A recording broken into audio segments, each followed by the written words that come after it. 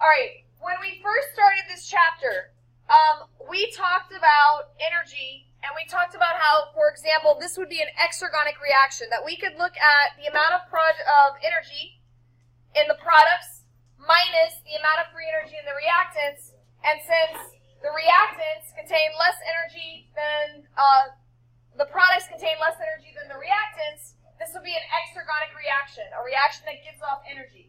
That was what we talked about on the first day. However, yesterday we talked about the fact that just because a reaction is exergonic, just because it gives off energy, and the laws of thermodynamics say that things are moving towards a state of entropy, that exergonic reactions should technically all occur, everything should move towards that state of equilibrium. Not every chemical reaction is going to happen immediately, because if it did, there'd be no life on the planet. Everything would have already decomposed spontaneously. So there has to be something keeping these reactions from all happening at the same time, and that was what we called activation energy. So the idea was that, and I used this little ball as an example, that in order for this to react and go from one configuration to the other, it had to be put into this sort of uncomfortable transition state. It sort of had to be ready to react. And so sometimes a reaction won't happen because the energy to kickstart it, this activation energy, the energy to get it ready and primed to go, is too high for the reaction to happen under normal conditions. So the reaction either doesn't happen or it happens very slowly. A lot of times if we heat stuff up, because molecules are moving faster, they're going to hit each other more often, they're going to hit each other harder, that might make a reaction more likely to happen. Because under a high temperature, if a molecule is going to break, if it hits another molecule really hard, it's more likely to break. So, but what enzymes could do, and this is where we started yesterday, is that enzymes could lower the activation energy. They could lower this amount of energy to get a reaction started, and so a reaction that might normally occur super, super slowly would happen much faster. So that, I believe, is where we were as of at the end of yesterday. So today we're going to talk in more detail about how enzymes work. So first of all, what are enzymes? They are, for the most part, there are a few that are called ribozymes that are made of RNA, but enzymes in general are made of protein, which means they are made of a chain of amino acids that's folded into a very specific shape. Another thing about enzymes is that they are catalysts. The word catalyst is just a general word for anything that speeds up a reaction. A match can be a catalyst. You put a match lit match against some paper, the paper bursts into flames. It's the catalyst that got the paper burning. But unlike a match, enzymes are reusable catalysts, meaning an enzyme can speed up a reaction, it can break a molecule down, go back and get another one, go back and get another one, go back and get another one. So unlike a match that's only used one time, enzymes can speed up reactions multiple times. And when I say organic, that just means they contain what? Carbon, exactly. So they're organic catalysts. They contain carbon. They are, for the most part, like I said, they are proteins, which means they're folded into their specific shapes. Again, the way that they speed up reactions is by lowering activation energy. They don't change delta G or anything else. They just lower this little kickstart to get the reaction going. And by doing that, a reaction will then be able to occur much faster at regular temperatures without having to heat it up or anything like that. And lastly, enzymes are very specific, meaning you have an enzyme that does nothing but break down lactose. You have an enzyme that does nothing but add phosphates to fructose. You have enzymes that do every different job in your body. If you just heated up a cell, every reaction would happen faster. So by using enzymes, you can make one reaction happen faster and 10 other reactions are unaffected. So enzymes are very specific. Every single reaction that goes on in your body, for the most part, has a specific enzyme that does nothing but that one job. So enzymes are specific. So that gives you a little bit of information about what enzymes are made of and how they work. Now we're going to talk about, on a more molecular level, how do enzymes actually do this lowering of activation energy. Because we said that a match is a catalyst that gets a reaction started, but obviously enzymes don't speed up reactions by heating them up. So there must be some other way that enzymes get a reaction ready to go and make it go faster. So first of all, some vocabulary. The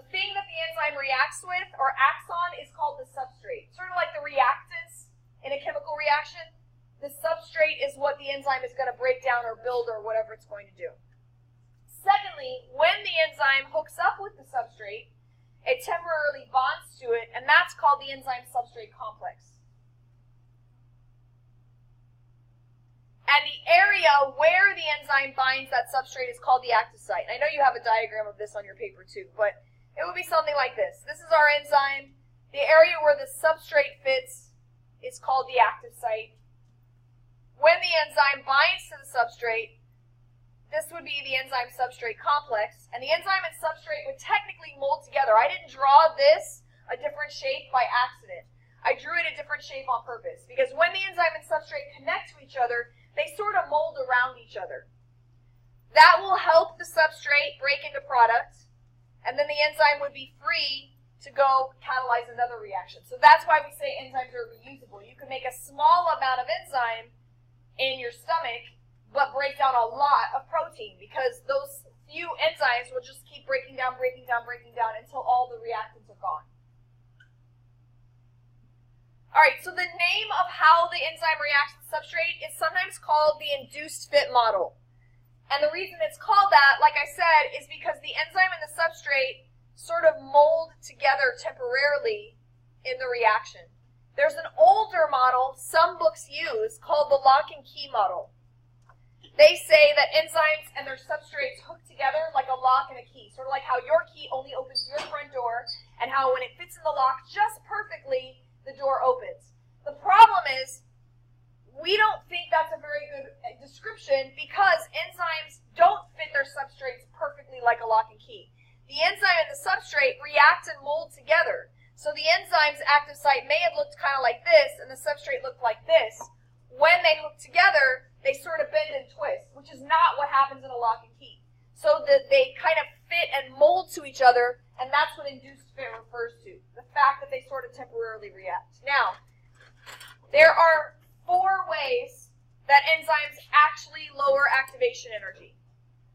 So I'm going to walk through what each of these means. So the first one, orienting substrates correctly. Here would be a really kind of ridiculous example of this, but if you've ever tried to thread a needle looks like this. It has a little eye hole here.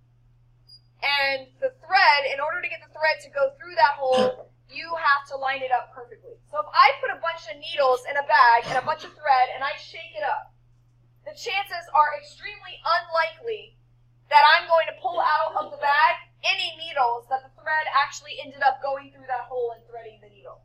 Does that make sense? It would be very unlikely that that would happen. But what can happen is that an enzyme can actually hold, if you think of an enzyme here sort of holding the needle and the thread in just the right way, now the thread would be sort of oriented perfectly to go right through that hole and thread the needle. So that's what they mean by orienting substrates correctly, that in order for 2 things to react, they may have to hit each other in just the right way.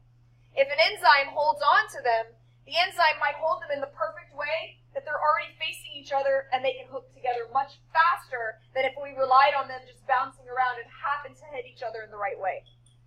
The second thing that an enzyme could do is strain the bonds of the substrate.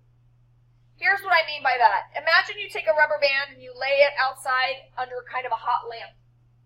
It wouldn't take very long, but the rubber would start to break down, and that rubber band would get worn out very quickly. But imagine this. Imagine I take 2 nails and I stretch that rubber band between 2 nails, and now I shine that bright light on both rubber bands. The one that's stretched between 2 nails would probably break faster because it's all stressed already. That is the second way an enzyme might work. It might hold a substrate in such a way that the substrate is sort of bent into an uncomfortable position, sort of like with this ball that I kept showing you. If I hold the ball like this, it's going to be super easy when I let go for it to switch to the other color. So an enzyme might actually hold a substrate in such a way that it sort of stresses the original bonds and the substrate can break or form better into product. The third thing an enzyme can do is form a favorable microenvironment. In other words, and you'll see a picture of an enzyme in a second that'll make this more obvious, it could actually bind at the active site, and this area around the substrate may have a different pH than the general cell. So now you've created an area where maybe this substrate reacts better at a pH of 4, and maybe this area now maintains that pH, so now this substrate, whenever it goes into the enzyme, can react, whereas that same substrate floating around out here in the higher pH is much less likely to react. So that's called like a microenvironment, that it creates an area just right around the substrate where it can react better. And finally, it can temporarily bond to the substrate. So I could have this enzyme temporarily bond to this, and by bonding to it, it causes the substrate to literally break or change, because in order to create the new bonds, the old bonds break. So none of these are like how a match provides activation energy. They're not changing the temperature. It's not making molecules move faster. It's just creating a situation where the molecule can react in a much faster way. And in some cases, like I said, it could be 10,000 times faster than the molecule would react on its own. So this is what an enzyme would actually look like. It would really be very, very big in comparison to the substrate. This is the active site, this little groove. This is supposed to be a complicated, folded up, it looks like a big glob. But this would be a folded up protein with a specific shape. When it hooks to the substrate, this is what they mean by induced fit. The enzyme and the substrate literally bond together sort of temporarily, and this would allow the substrate to react.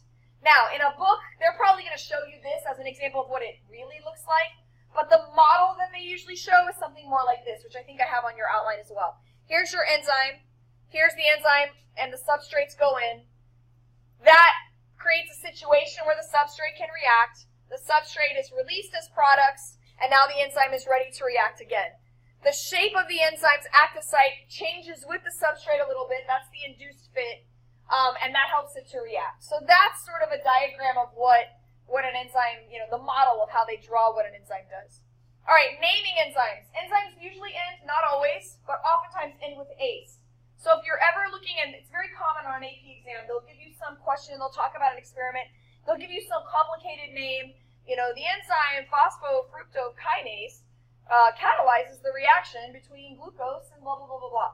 Don't let the name confuse you. If you see ACE at the end, that tells you right there it's an enzyme. Usually the rest of the name tells you what it does. Kinases activate things. Lactase breaks down lactose.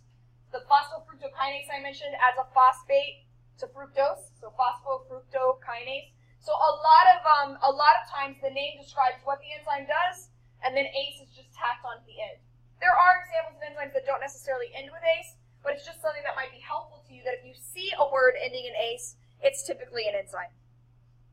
Okay. Things that will affect enzyme reactions. There's a few. We're actually going to talk about 3.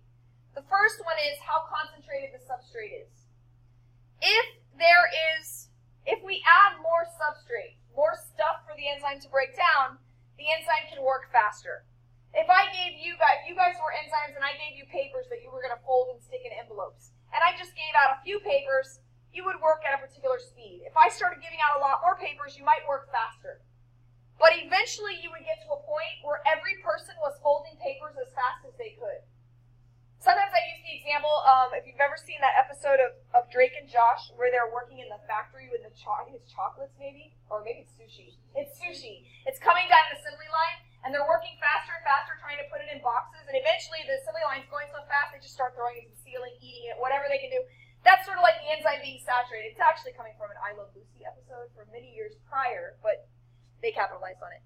But that's basically the idea, is that an enzyme gets to a point where it can't work any faster. If somebody drinks alcohol, the enzymes in their liver break it down. But if they drink beyond a certain amount, that's why they're going to get drunk, because there's no enzymes left. All the enzymes are working as fast as they can. The rest of the alcohol is just going to float around in their body until the enzymes have time to get to it. So that's called being saturated, when all the enzymes are working as fast as they can. And the only way you could technically overcome that would be to add more enzymes, which is why somebody who drinks all the time might be able to drink more than somebody else, because their body basically has compensated by making more enzymes.